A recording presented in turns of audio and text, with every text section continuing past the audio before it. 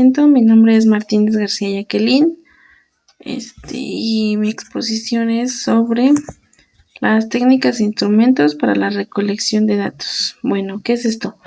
Las técnicas son mecanismos e instrumentos que se utilizan para reunir y medir información de forma organizada y con un objetivo en específico. Existen diversos tipos de recolección de datos que a continuación se irán mencionando poco a poco e iremos haciendo mención sobre la definición, sus características, así como sus ventajas y desventajas de cada uno de estos. Bueno, como primero tenemos lo que es la observación. La observación es una técnica utilizada en diversos ámbitos del conocimiento que implica la recolección sistemática de información sobre un fenómeno o situación determinada mediante la percepción y registro de datos a través de los sentidos. Esto se refiere a que nosotros, a través de hacer una observación a dicho objeto o dicho fenómeno, persona, como queramos verlo, con el simple hecho de hacer observación y ver cómo es, ya se está manejando esta técnica. Algunas de sus características es que es intencionada, y esto es porque coloca las metas objetivas. Es ilustrada porque cualquier observación para ser tal está dentro de un cuerpo de conocimientos que le permite ser tal. Es decir, solo se observa desde una perspectiva teórica. Es selectiva porque necesita a cada paso discriminar aquello que nos interesa conocer. Es decir, de un lado lo que nos interesa y del otro lado las cosas que pues no nos sirven. Y es interpretiva en la medida de que tratamos de describir y de explicar aquello que estamos observando. Tratamos de explicar qué estamos viendo. Algunas de sus ventajas es que el estudio se realiza en el momento que ocurren, o sea, en el momento que está pasando la observación, en ese momento se está realizando el estudio. Una de sus desventajas es que es difícil de aplicar a grandes grupos porque, por ejemplo, es difícil observar a demasiada gente, pues así todos juntos, así tiene que ser uno por uno y en ese pues iba a ser difícil y muy tardado. El siguiente es la entrevista. Bueno, la entrevista es un método de recolección de datos primeros que consiste en preguntar a una o varias personas su opinión sobre una empresa, un producto o un tema en general. Esto se hace mediante dos personas, donde una le hace preguntas a la otra persona. Esto es una entrevista. Algunas de sus características es que pueden llegar a ser cuantitativas o cualitativas. O sea, pueden tener datos de ambos, tanto datos cuantitativos como cualitativos.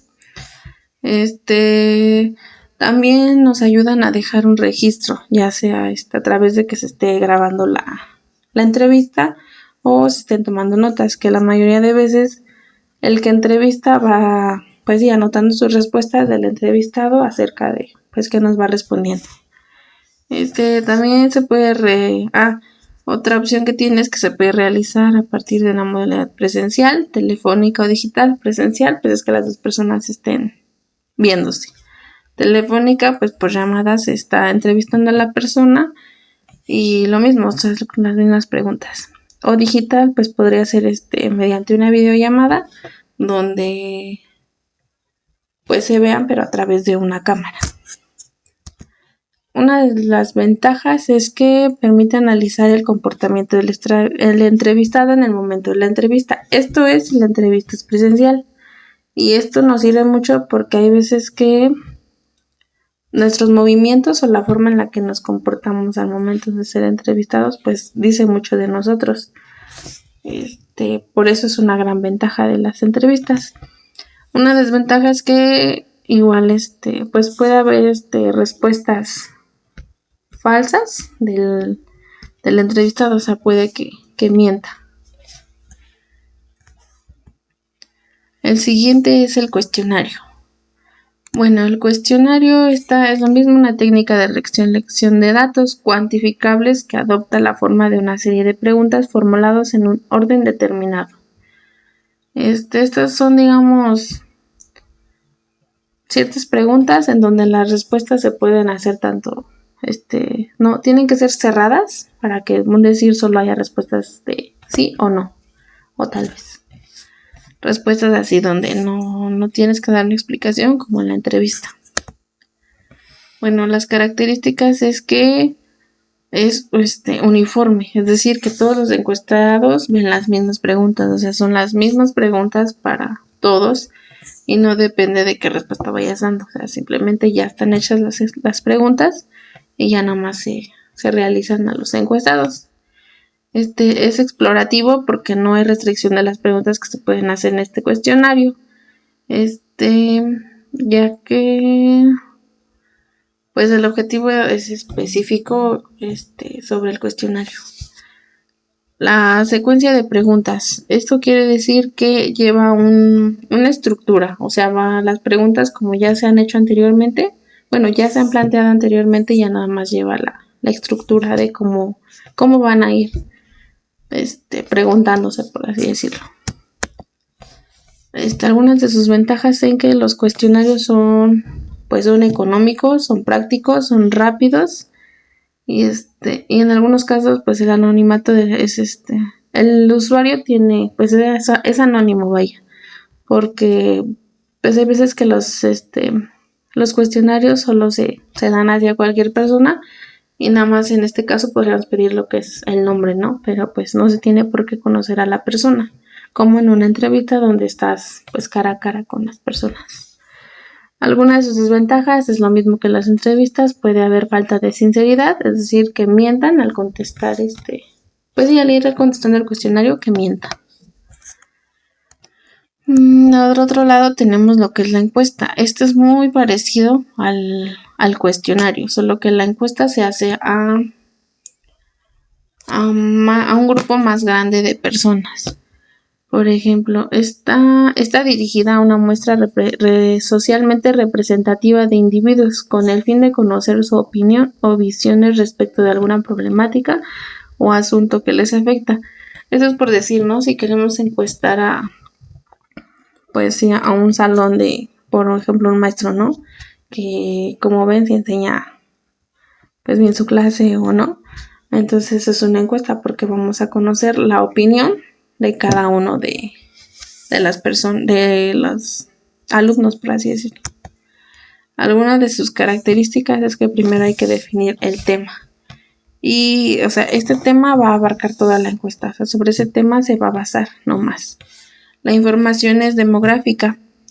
Esto quiere decir que este tipo de información es necesaria para realizar las segmentaciones y microsegmentaciones con el fin de arrojar datos más fiables. También tenemos que hacer preguntas claras, obviamente, porque pues de no ser así, va a haber ambigüedades en cada una de las respuestas. Y también deben de llevar una secuencia lógica, o sea, todo tiene que ser lógico al tema que estamos tratando en general. Algunas de sus ventajas es que es fácil de aplicar y los datos que se obtienen son confiables porque las respuestas se limitan a las alternativas mencionadas. O sea, no hay como que puedas dar otras respuestas más allá de las que ya están. Y la codificación y el análisis y la interpretación son pues relativamente sencillos. Dentro de las desventajas tenemos que pues sí, que lo mismo que pasa con los cuestionarios y las entrevistas, ¿no? Que los usuarios no contesten, pues, bueno, no digan la verdad, obviamente, y que pues nos digan mentiras, vaya. Y, por otro lado tenemos lo que es el censo. Bueno, eso también es otra técnica de recopilación. Y un censo es el proceso en el que se analizan todos los miembros de una población, la cual se refiere al conjunto de todas las observaciones en cuestión. Esto es, por ejemplo, pues si no tener datos de un cierto poblado, a esto se le llama un censo. Como por ejemplo cuando los del INEGI pasan a censar a las casas, ¿no? Es un censo que se lleva a dicha población y todo con el fin, no sé, de saber información, pero no solo de una persona, sino de varias personas en general. De cómo viven, de cuántos viven en esa familia, cómo viven en sus casas para así hacer como que al último una recopilación de información de todos y pues ver cuántas personas viven así, cuántas personas tienen eso y cuántas personas no y así. Para eso se hace un censo. Un censo nos dice que su procesamiento y difusión es complejo y se puede decir que son como fotografías de un momento del tiempo porque pues vas como que encuestando, censando a cada una de las personas. Algunas de sus ventajas son que es un estudio exhaustivo porque pues ahora sí que muchos capacitados tienen que pues realizar muchos censos a mucha población, por eso es exhaustivo por el tiempo. Los resultados son confiables, sí, porque pues las conclusiones son más precisas y fiables.